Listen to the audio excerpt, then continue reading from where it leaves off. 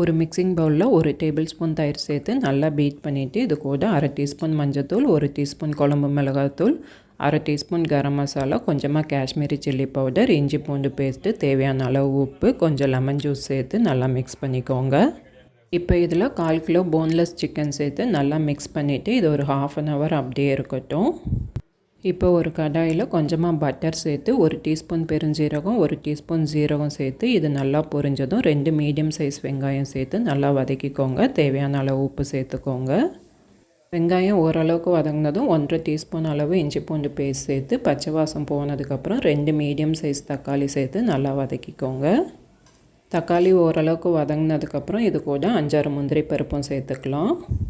இப்போ இதில் அரை டீஸ்பூன் மஞ்சள்தூள், 2 டீஸ்பூன் குழம்பு மிளகாய்த்தூள், 1 டீஸ்பூன் கரம் மசாலா, கொஞ்சமாக காஷ்மீரி சில்லி பவுடர் சேர்த்து பச்சை வாசம் போகிற வரைக்கும் நல்லா வதக்கிக்கோங்க.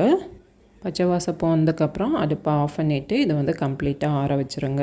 இப்போ ஒரு பேனில் 1 table spoon butter, 1 table spoon எண்ணெய் சேர்த்து இது காஞ்சதுக்கப்புறம் நம்ம மேரினேட் பண்ண சிக்கனை சேர்த்து மீடியம் ஃப்ளேமில் ஒரு 10 மினிட்ஸ்க்கு வேக வச்சு எடுத்துக்கோங்க. இது ஹாஃப் பாயில் ஆனால் போதும். இதை நம்ம திரும்ப குக் பண்ண தான் போகிறோம். இப்போ நம்ம ஃப்ரை பண்ண மசாலா கம்ப்ளீட்டாக ஆறிடுச்சு. இதை ஒரு மிக்ஸி ஜாரில் சேர்த்து தேவையான அளவு தண்ணி விட்டு அரைச்சி எடுத்துக்கலாம். இப்போ அதே கடாயில் பட்டர் சேர்த்து 1 டீஸ்பூன் பெருஞ்சீரகம், 2 பே லீஃப் சேர்த்து நம்ம அரைச்சி வச்சுருக்க மசாலாவை இதில் சேர்த்து ஒரு 5 மினிட்ஸ்க்கு நல்லா கொதிக்க வச்சுருங்க.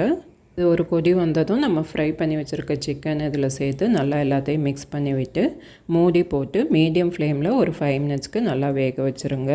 5 மினிட்ஸ்க்கு அப்புறம் இதில் கொஞ்சம் கஸ்தூரி மேத்தி தூவி மேலே கொஞ்சம் ஃப்ரெஷ் க்ரீம் ஆட் பண்ணி நல்லா மிக்ஸ் பண்ணி விட்டீங்க அப்படின்னா ரொம்பவே டேஸ்டியான பட்டர் சிக்கன் மசாலா ரெடி. இது சப்பாத்தி, நான், ரொட்டி இதுக்கெல்லாம் நல்ல காம்பினேஷனாக இருக்கும். கண்டிப்பாக ட்ரை பண்ணி பாருங்கள்.